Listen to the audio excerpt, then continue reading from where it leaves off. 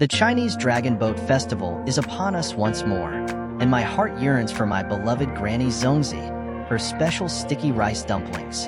I learned how to make this intricate recipe from the internet, not from her or my mom, a secret she never knew.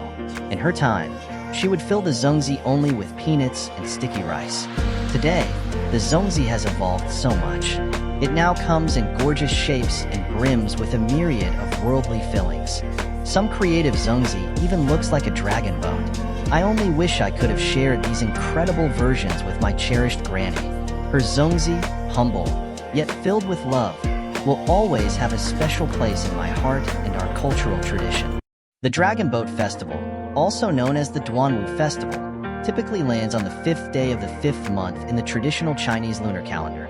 This year, it fell on Monday.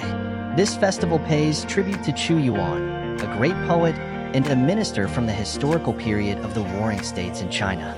Chu, accused of treason and exiled for his helpful counsel to the king, sank into despair and drowned himself in the Miluo River. According to the legend, the local people paddled their boats into the river in a frantic attempt to rescue him. To stop fish from eating his body, they started dropping rice dumplings, now known as Zongzi, into the water.